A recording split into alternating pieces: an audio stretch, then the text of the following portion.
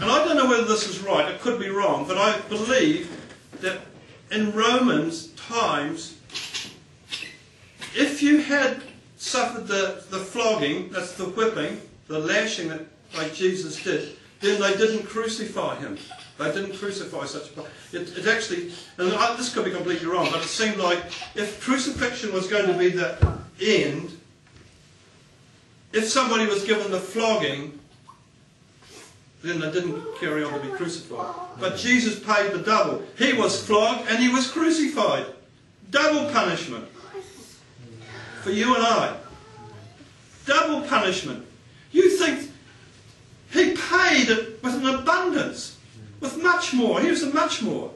He took much more on so you can have much more. You have people of abundance when you believe in Christ.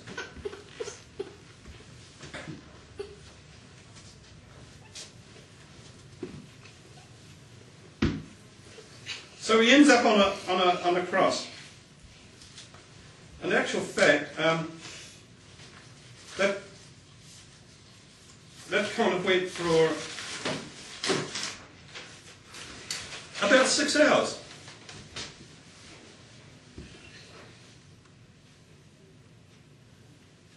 This is just a kind of a timeline. At 6 o'clock in the morning, he stood before Pilate. There was something went on there, and Pilate sent him to Herod, and Herod sent him back to Pilate. Between 7 and 8 o'clock, this is just a rough timeline because this did happen on the day of his crucifixion, Jesus was sentenced to death. And he's crucified on the cross at the 3rd hour, which was roughly 9 o'clock in the morning. But these other things happened the same day, so roughly there was probably between daylight and 9 o'clock in the morning was the trial.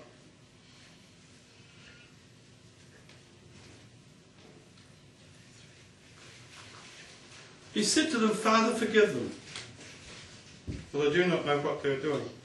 I'm going to ask you a question.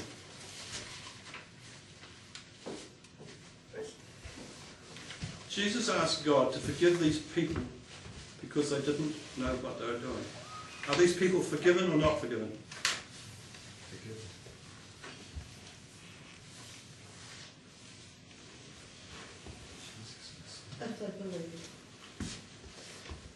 I believe when Jesus prayed a prayer, it was always answered. I believe they were totally forgiven for what they did. And yet there are people around that say that that thing is something to do with the way the Jews are today. But I actually always believed that Jesus prayed a prayer to tidy their sin up, forgive them. Hanging on the cross, you could say that?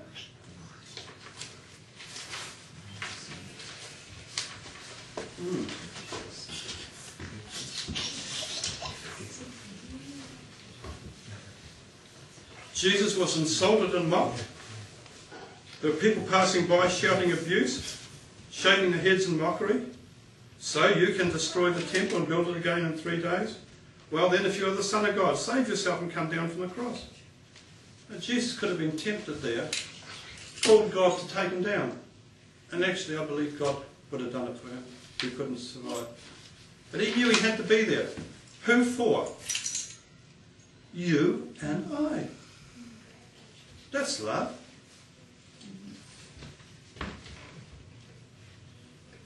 The leading priests and the teacher of religious law also mocked Jesus. He saved others, they scoffed. He can't even save himself. These priests, you know what a priest's for? High priest. He's to represent the people to God, to do the best for the people to God. And the high priest in Jesus' day didn't represent doing good things for people to God. They actually had reversed their role, and they were in the accusation style, putting a person to death. Things had got messy in Israel. Things had got sick.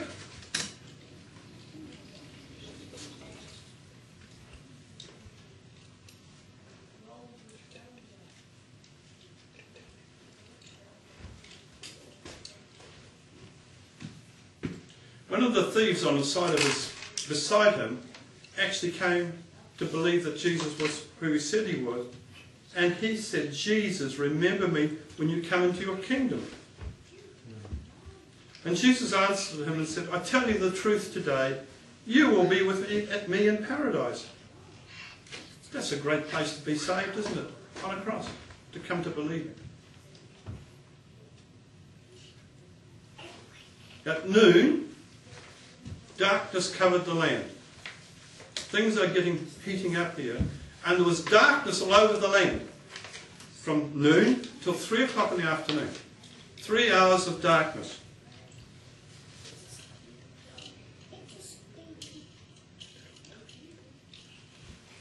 Afternoon, Jesus cries out to the Father. He said, my God, why have you forsaken me? Here was the horror of being on a cross without God. Why had God forsaken him? Because Jesus had to take our place on the cross. And he had to go through this like a sinner without God. Without any support from anything. He was like you and I should be, hanging on a cross as a sinner. He hung on the cross without his Father's presence to take the punishment that was needed to get rid of this sin factor from Adam.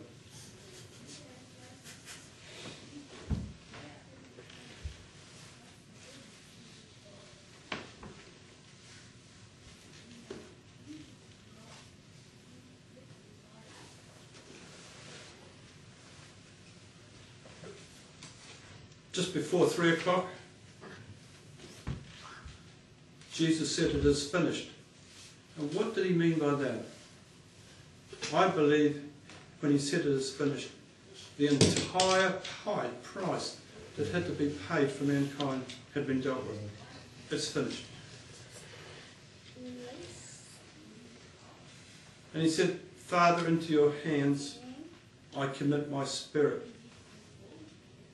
You know, Jesus decided when it was time to go. He gave up the spirit. You see, it was quite normal for people to hang there quite a long time. And the reason why this was to fulfill a prophecy. What was the prophecy that was fulfilled? It said way back, one of the prophets in the Old Testament said, and they would not break one bone. Now normally after about that time, the person on the cross, his legs were broken, or her legs, so that they couldn't stand on their feet because they had broken legs. And then they died very, very quickly at that moment.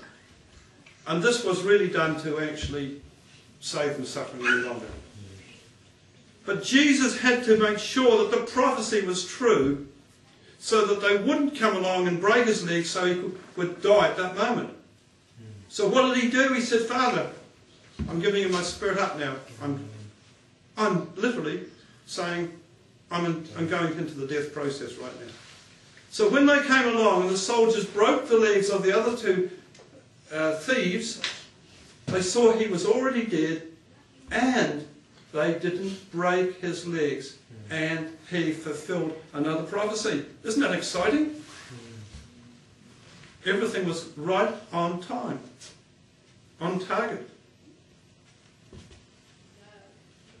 Now at 3 o'clock, supernatural things happened.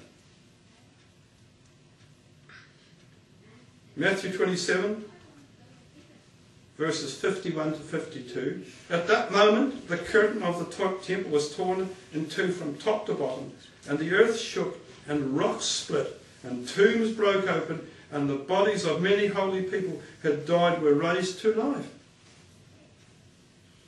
Hey, this is a signature on the whole thing. The temple's curtain, which was between where